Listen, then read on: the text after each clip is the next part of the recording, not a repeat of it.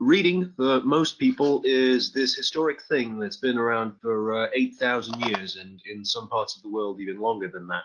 But the problem with reading today is that most people engage in it in the way that they engage in exercise. It's kind of this thing where they just do it for the vanity and they don't actually dedicate themselves to it. And I think that today there are very interesting ways that we can turn reading into more than a pastime. It's going to be an exercise. Now, obviously, the first question that you're going to be asking yourself about all of this is, come on, Alexa, you're just this disembodied voice on a webinar. Why on earth should we listen to you? And that's very fair, because who am I? The answer to this question is that I'm a person who's read over 365 books in the 2018 to 2019 period. This means that my average reading speed is around 1 book a day. As you can see in the bottom half of the screen, this is my Steemit, where I've done all of my book reviews, which at present number around 230, 240, as well as my Medium, which counts around 100 or 120. Now, the thing about reading 1 book a day is most people are going to say there's no way that you can fit reading an entire book into a 24-hour schedule and still have enough time to, do work, see your family, see your friends, exercise, sleep, etc. And, that's fair. So I think that the first counter argument that I can offer to that is that with a good enough game plan, this is obviously a football pitch in American football, with a good enough game plan, anything can be done. So how is it that I manage to read 1 book a day? Well, the first thing I do is I don't go to Amazon services or anything like that. I instead go to said library. Link is in the upper half of the screen. And this is an online repository of various kinds of not only books, but also scientific papers, magazine articles, even blueprints to certain buildings, if you're into that kind of thing.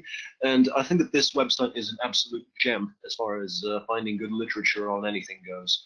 And I'm just going to keep it on for a second more so that everybody can memorize the name of the website. It's Zed Library, and take a good look at the link in the upper half of the screen. So, now obviously you have certain services such as rapid serial visual presentation that allow you to quickly go through text. But personally, my choice is to turn the text of a book into an MP3. And the way I do this is using a open source software developed in Russia called Balabolka, and the link for this software is in the lower half of the screen.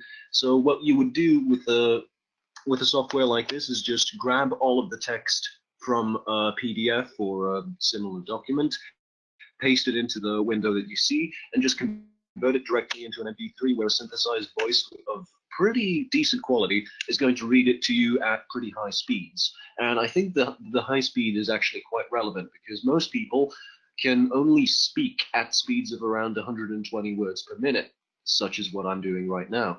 Most audiobooks read to you between 60 and 70 words per minute, so that you can, drive or do other complex tasks and listen to the book. However, most of our day is spent doing things that aren't very high in demand. So, spreadsheet work, creating a database. This is all stuff that I live through. Sitting, waiting at the airport, stuff like that. And at that point, when we have full concentration, we can usually process around 260 to 300 words per minute they're being spoken to us, which this program is capable of doing. So what I think is the best move is to get yourself some wireless headsets. The one on the screen is Trex Air, which is a bone conduction headset that doesn't damage your hearing, but still manages to conduct sound in a very clear and concise way, so that you can just hear it coming from inside your head.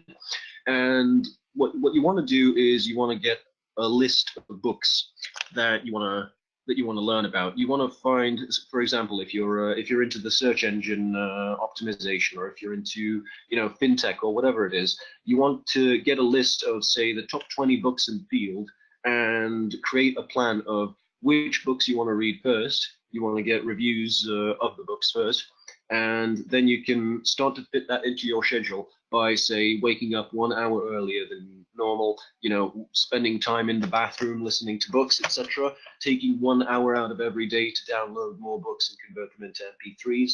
All of this stuff, I think, is perfectly easy most people to do. And all you realistically need to do is create a decent plan, have, you know, SMART goals, that's SMART, specific, measurable, attainable, relevant, and time specific. And pretty much it takes very little time to become an expert in something. I'm sure that many of the viewers and attendees here know about Tim Ferriss and the 4-hour expert, which is an interesting exercise in this. So if anybody knows who this person on the screen is, please let me know.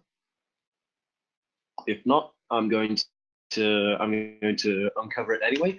The guy on the screen is Zeno of Citium, who is a famous Cypriot philosopher and the founder of Stoicism, the philosophy of constant improvement.